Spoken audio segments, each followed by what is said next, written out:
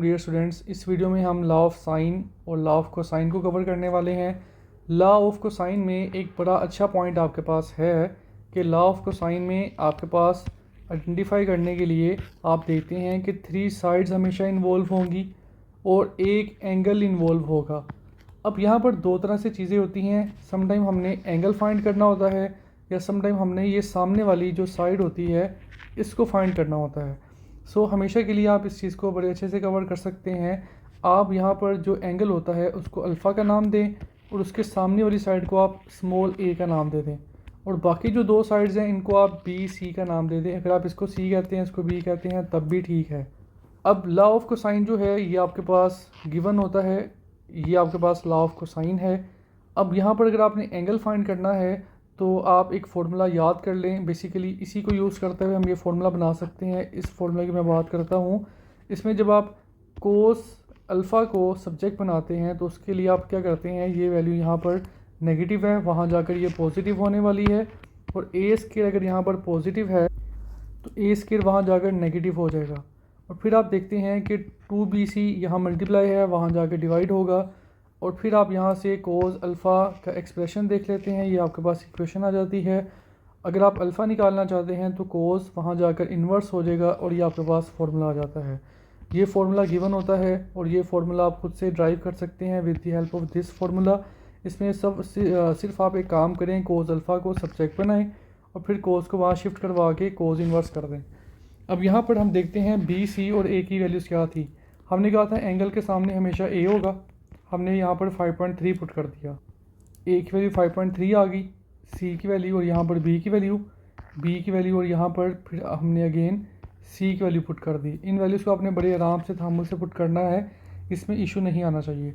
फिर आप कैलकुलेटर को यूज़ करते हुए इसका आंसर निकाल लेते हैं और this is the right answer.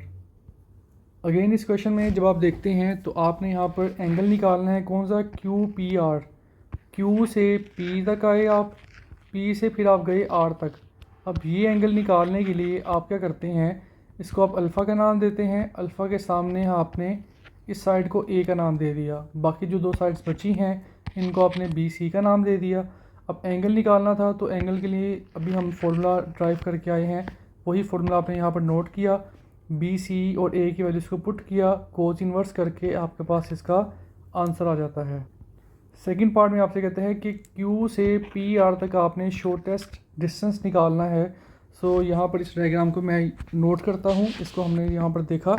इस डायग्राम में अब आपके पास Q से पी आर तक हम गए। अब यहाँ पर भी आपके पास राइट एंगल ट्राइंगल है, यहाँ पर भी है, लेकिन हमने कंसीडर कौन सी करनी है, हमने कंसीडर ये वाली करनी है, क्योंकि अभी फर्स्ट पार्ट में आप यहाँ पर अल्फ़ा की वैल्यू 52 फाइंड करके आए हैं। सो यहाँ पर हमने 52 पुट कर दिया।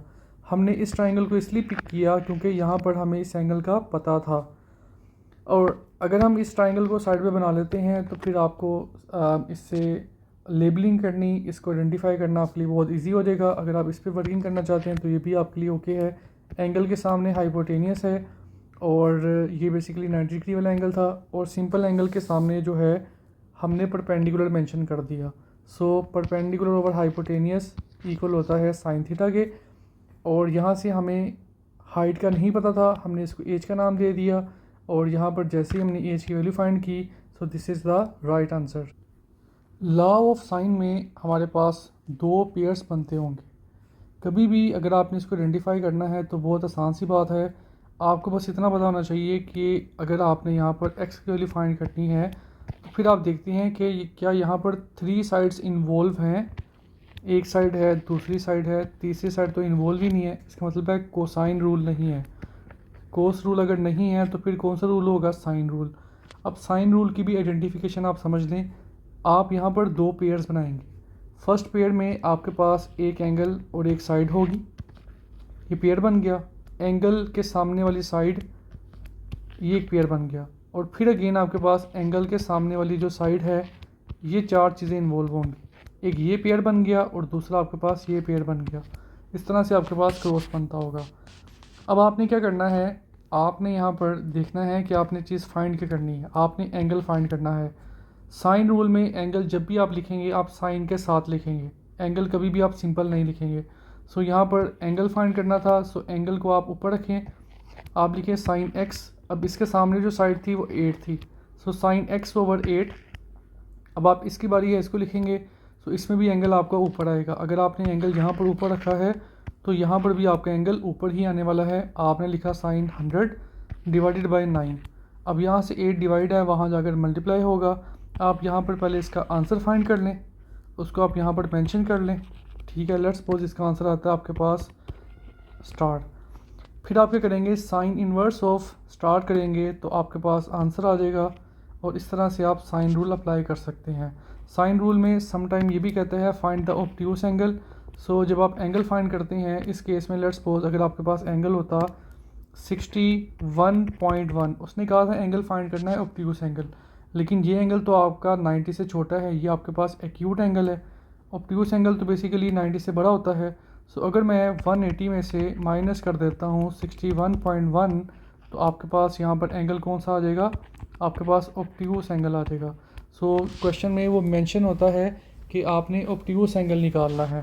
तो ये मोस्टली तब होता है जब आपने साइन रूल अप्लाई कर रहे हों, और फिर आप अगर आपका आंसर लेस देन 90 आ जाए, एक्यूट एंगल आ जाए, तो फिर आप उसको 180 से सब्ट्रैक्ट करते हैं, जिससे आपके पास ऑब्ट्यूस एंगल आ जाता है। ऑब्ट्यूस एंगल एक ऐसा एंगल होता है जो कि 90 और 180 के दरमियान लाई करता है। इस क्वेश्चन में आपके पास अगेन एक साइड और यहाँ पर दूसरी साइड, दो साइड्स इन्वॉल्व हैं, और यहाँ पर आपके सामने दो एंगल्स इन्वॉल्व हैं। आपने यहाँ पर एंगल फाइंड करना है ए बी सी, आपने एंगल फाइंड करना है ए बी सी। अब इस एंगल में जब आप देखते हैं तो इस एंगल के सामने वाली साइड गिवन है, इस एंगल के सामने वाली साइड भी गिवन है। सो एंगल को अगर हम एक्स का नाम देते हैं तो एंगल को ऊपर लिखना है और साइन के साथ लिखना है। इसके सामने जो साइड है वो 5.9 थी, इक्वल आएगा, और यहाँ पर आपके पास साइन के साथ एंगल लिखेंगे डिवाइडेड बाय इसकी साइड की लेंथ। फिर आप यहाँ से 5.9 डिवाइड है, वहाँ जाकर मल्टीप्लाई होगा। इसको सोल्व करेंगे तो आपका ये आंसर आ जाएगा। अब साइन वहाँ जाकर इन्वर्स होगा और आपके पास एंगल आ जाएगा विच इज़ 19.3।